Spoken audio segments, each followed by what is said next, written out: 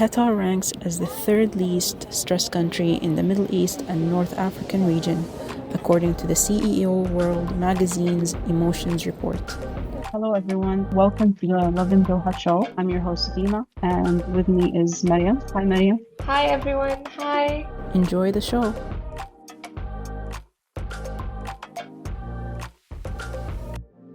Today we have some interesting topics. We are going to be talking about important news as well. So the first thing is the announcement of the ceasefire that happened last week and then it taking place last Sunday, which allowed for people in Gaza and also residents or people staying in the Gaza complex in Qatar to celebrate and be happy about the news. It's good news. It's a relief. I feel like everyone's kind of relieved since the violence has been going on for a while too. These were good news and was a good way to start the week. It was the perfect way to start the week. Moving on from the first news, the second news is that Qatar was ranked the least stressed country in the Middle East and North African region. And it was the 11th globally. Imagine that. Imagine living in a country that is ranked the 11th least stressed country in the world. And that sounds awesome. Honestly, sign me up. Right? It's honestly a record. Qatar is so safe. People just leave their things on the street. Like, they can just leave things on the street and walk away and nothing happens. That's true. Why would you be stressed? Traffic law is great. People leave their things on the street unattended and it's great. Crime is really low. Honestly, kudos to them. Kudos to Qatar. Really kudos. And if you're listening to this and you haven't visited Qatar or like you're thinking of visiting, remember this is your sign. Yes. And remember, it's safe to leave your stuff around. Very easy to have an all-round amazing time in Qatar because no matter what your idea of time well spent, you'll find it here in Qatar. Yep, there's something for everyone. Okay, now we can sit and talk about how great Qatar is for a while, but in effort to keep this at a viewer level, what else is going on? Well, Mariam, there are some interesting events happening in Qatar this week, and it's been happening since the beginning of January. We've been talking about the Qatar Kite Festival. Now, this is an all-time favorite. The Qatar Kite Festival started in the beginning of January and it's been going on in different locations in Qatar. One of them is called Doha Port. Yep, and people are not quiet about how obsessed they are with that place. It is beautiful, like we'll just say that. The architecture of the old Doha Port is gorgeous. It's gorgeous, and with the kites in the sky, with all their colors and everything, it's just making it a stunning image for everyone. Honestly, highly recommend. Did you see how they drop candy on people? Like randomly today? That is so cool. That was interesting. It's an interesting spin. And there were also bubbles. Like you can blow bubbles. There were bubbles? Yay. Yeah. Like, it's that really kind cool. of thing that makes me go back to being a 4-year-old. Like, I can see myself going there and just having a great old time, honestly. And it's so good for your inner child. You said something about Ras Abrouk. That's right. There is a place in Qatar called Ras Abrouk. It's to the northwest of Qatar. And people are also going crazy about it. It has been extended to February because of the high demand. It's basically a great place. Yeah, I was about to ask. Is it historical? Is it something that existed for a while? Or is it a random place in Qatar that just kind of caught the vibe? Like, what's happening? I think you can say it's all of the above. Oh, There's this place in Qatar and it's a beautiful landscape. What better time than 2025 to establish this place as like a hub for outdoor activities and experiences? We're all in our adventure era this year. Definitely. So you just go and you get on the sand dunes and safari and that kind of vibe. Basically, there's a distinct collection of activities that you can do there, including stargazing and hot air balloons. If you're not afraid of heights, hot air balloons are a great way to like see the landscape and have a great view of the place. That is awesome. That is actually awesome. Honestly, everyone after a long work week, everyone kind of needs to go let out their inner child, have a good adventure so they can keep going. Because capitalism never dies. But we all need to like take a break every now and then. That's totally true. And it's up Did to you? us to regain this energy. Yeah, but that's adulthood. I think everyone here is young. Everyone here is just kind of vibing with the fact that we're not children anymore, and you have to make decisions and take responsibilities.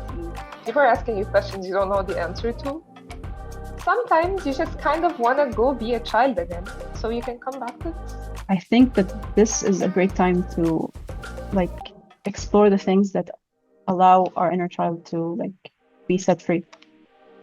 Yep, Because the weather is right definitely. for it. There are places, there are really exciting places out there. So And, I would say if you're listening, just make sure to check these out.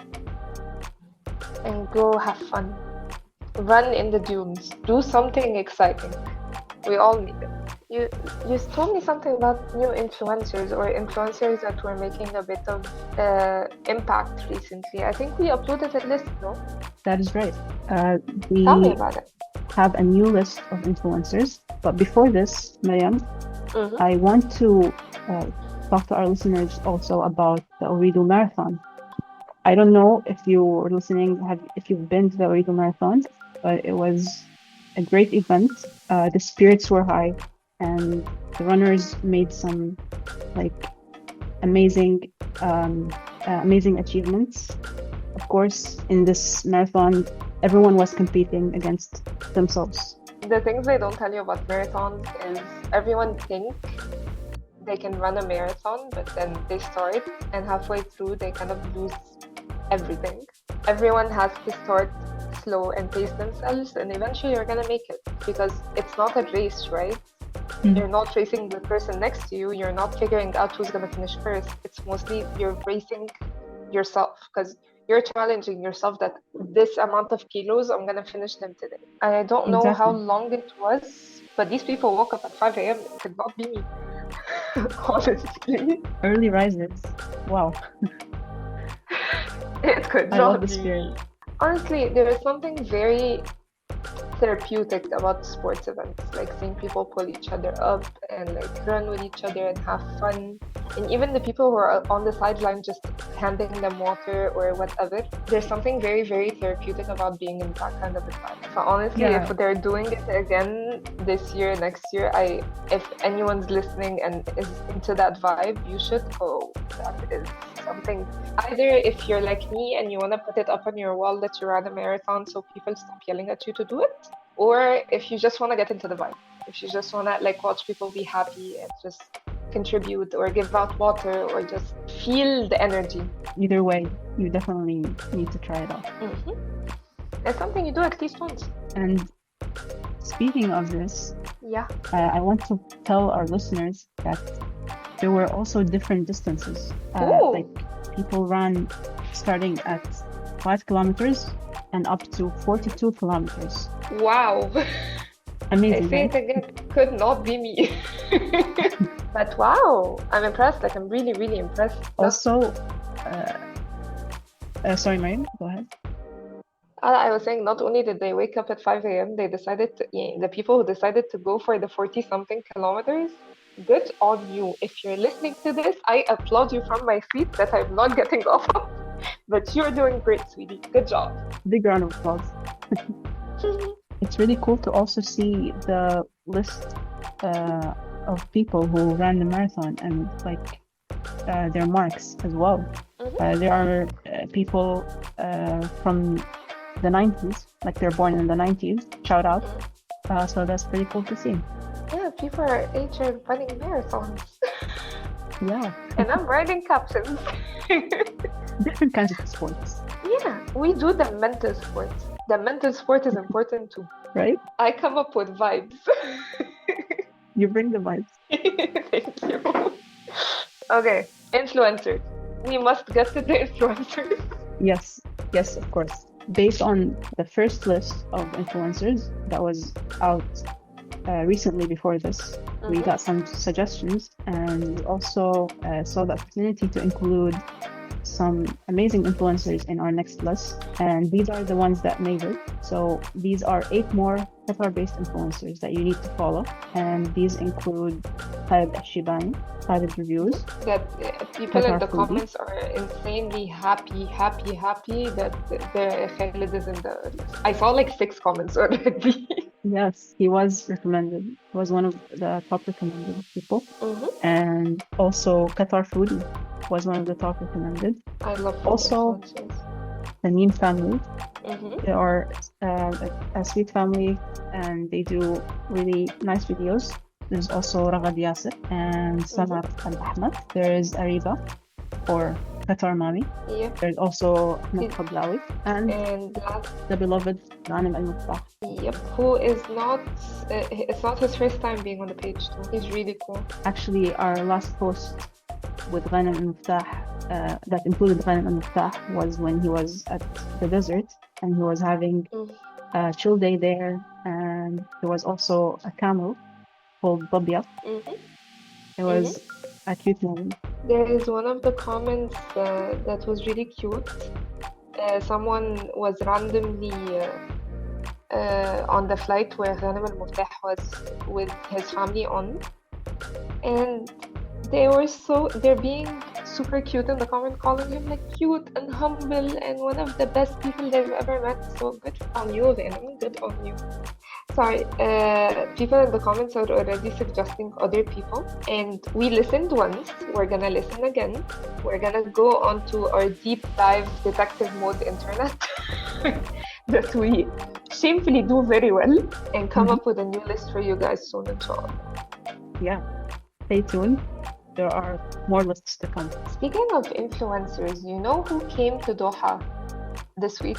Because I'm gonna fangirl right now. I am very excited.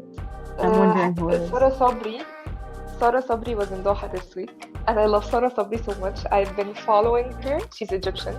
Shout out Loving Cairo. I've been following Sarah Sabri since the YouTube days, and I got super, super happy when I saw that she came to Doha this week. I hope she had time. She had a good time in Doha, and I hope that she actually enjoyed it, because Doha has a lot of sights to see. I believe that she did, based on one of her last posts. On the TikTok she posted, yeah.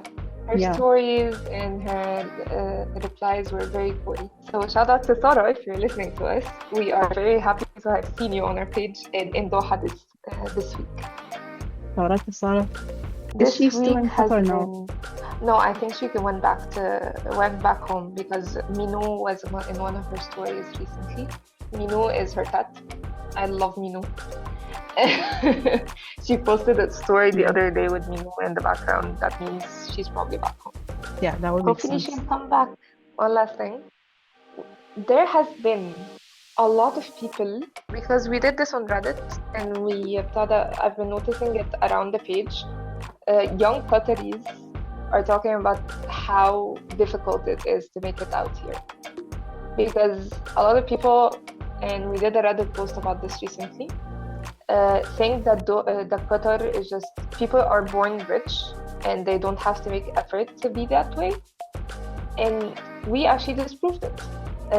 We didn't, Qataris on Reddit, and then a bunch of reels came out of nowhere and haphazardly of these young people saying everyone thinks we're born with like a silver spoon in our mouth, but no, we had to fight for this like everyone else did. And I admire that. I admire how people in Qatar are all basically entrepreneurs. Like everyone makes their own mark in the world. So shout out to these people. I am very impressed by you. I hope to become you at some point. Shout out to the strivers and thrivers in Qatar and across the world as well. Yep. But there's something about the hard workers in Qatar. There's something about the hard working spirit in Qatar. It's like it's taught in school or something. There's something inspiring about it, for sure. when you read these kind of posts about these people making it out there from nothing or from barely anything and making like a difference in the world, it makes you want to do the same, right? And it makes you want to work at it more. Yeah, it really reminds you that you have what it takes. Yeah. And it's all about the first step. It's all about the first step. So, Yes.